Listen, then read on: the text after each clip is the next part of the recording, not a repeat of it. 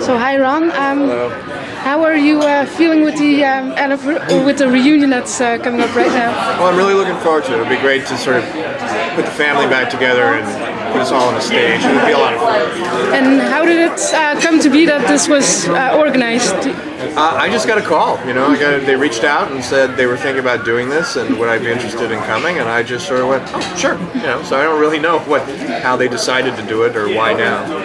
And you are currently doing, Outlander season 3 is coming up. Has that been any different than the previous 2 seasons? It's a different book, so each season is kind of unique because the story keeps changing and evolving. The second season was a very complicated season, and because it was a very complicated book. The third season is a cleaner narrative. It's a little simpler story to tell, and the episodes have turned out really well. I've seen almost all of them at this point. I feel like it's going to be a really strong year. And you basically go all over Europe filming these episodes for Outlander? Quite a bit. We shot a big chunk of the story in South Africa this year. We were down using the Black Sails sets, so using their ships and the tanks and beaches and some of their locations. And does the fact that it's in Europe instead of in the States, does that influence the way the series is made? Yeah, it's a different style of filmmaking. You get used. Our crew is predominantly from the UK, so you're getting used to how things are done in the UK. There's cultural differences, but it's still an American show, and the American producers and writers and post-production is done in the United States. So it's about each side sort of learning from each other and sort of coming together to make the show. And you also got Electric Dreams. Electric Dreams, yeah. What's that about, and how did that come to play? That's an anthology series based on the short stories of Philip K. Dick, and I was approached by Issa Dick, who is his daughter, and Bryan Cranston and Michael Dinner and myself, and we sort of got together and we're sort of excited by the idea of using the short stories as jumping off points for individual episodes in an anthology series. So we're almost finished shooting that. It's being shot in London and Chicago, and it'll be on Amazon in the US in the fall and Channel 4 in the UK. And are there any other projects people should know about that maybe aren't as well known yet that you're No, those are the 2 big ones. I mean, I have various other things in development, but nothing that is really, a for sure go project. And what are the plans for the panel for tonight? Do you have any specific things you want to discuss or talk about? No, I always sort of take the panels as they come and just see what questions people have, and just kind of go from there. And do you generally do a lot of these type of events, or? I do a few. I do Comic-Con every year. I tend to go for the show, and every once in a while I'll do a Star Trek convention. And I haven't done them as much as I used to do in the past, so now it's sort of fun to come back and do them every once in a while. If I can ask, throughout the development of Battlestar Galactica, throughout all the seasons, what has been the most profound difference you've noticed throughout the seasons? Battlestar? Yeah. Well, each season sort of evolved and changed, as we did it. In the first season, I think we sort of thought there would be many more stories that took place in the civilian fleet. Like we were going to go out to, there'd be a hospital ship, and there'd be the school ship, and we did the prison ship at the beginning. But we quickly learned that we just couldn't afford to do that very much. So the complexion of the show changed, and it became much more internal about what happened on the Battlestar Galactica, and it also pushed the overarching mythology faster and more to the forefront. So that was the biggest shift between what I thought it was going to be and what it turned out to be.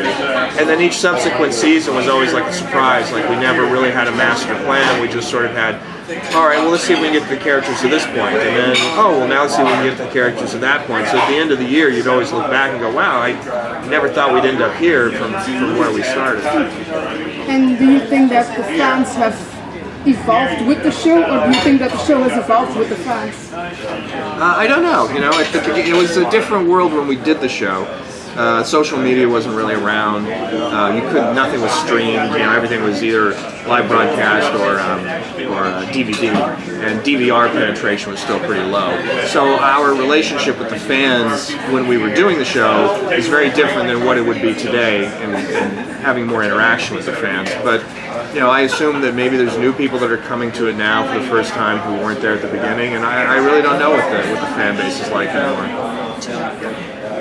And do you feel different about how the show evolved now than you did when you were still making the show? Yeah, you know, when you're making the show, you're just trying to keep your head above water, and you're just putting out fires all the time, and dealing with crises and problems and budget overruns and scripts that don't work. And then now, looking back at it, I can just sort of go, wow, look at what we did. It feels much more planned and much more like, oh, we really did something great. Whereas the time, you're sort of scared and you're not quite sure, and you believe in the material, but you're not positive you can just keep doing it week after week.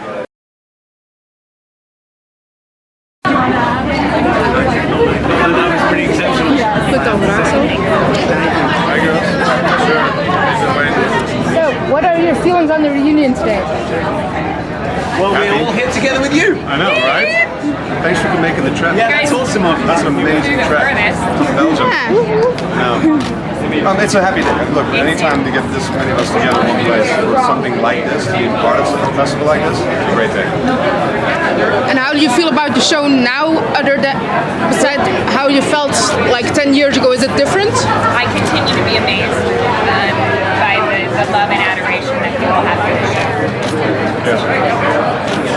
Yeah. Warm Can't enough believe for it still you? resonates. I can't believe it's Actually, now it's good. Warm enough? Hi, how are you? Tired. Then we're flying back tomorrow. Yeah. We're all flying in and out, right? Yeah. Jet lag. We have to go back to work on Tuesday. Okay, yes, then you can. About Are you guys twin sisters? No. Yes. Very quick question. How do you feel about the reunion? Huh? How do you feel about the reunion? The reunion.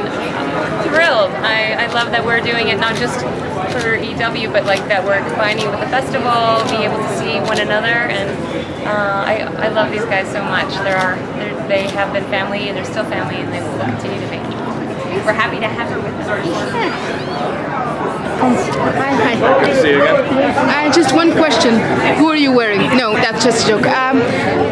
If you have one message for the fans of Battlestar Galactica, what would that be? Oh, thank you. Thank you for being with us for all these years, and thank you for still watching, and welcome to the fans who are discovering us for the first time. Okay, thank you. That's it.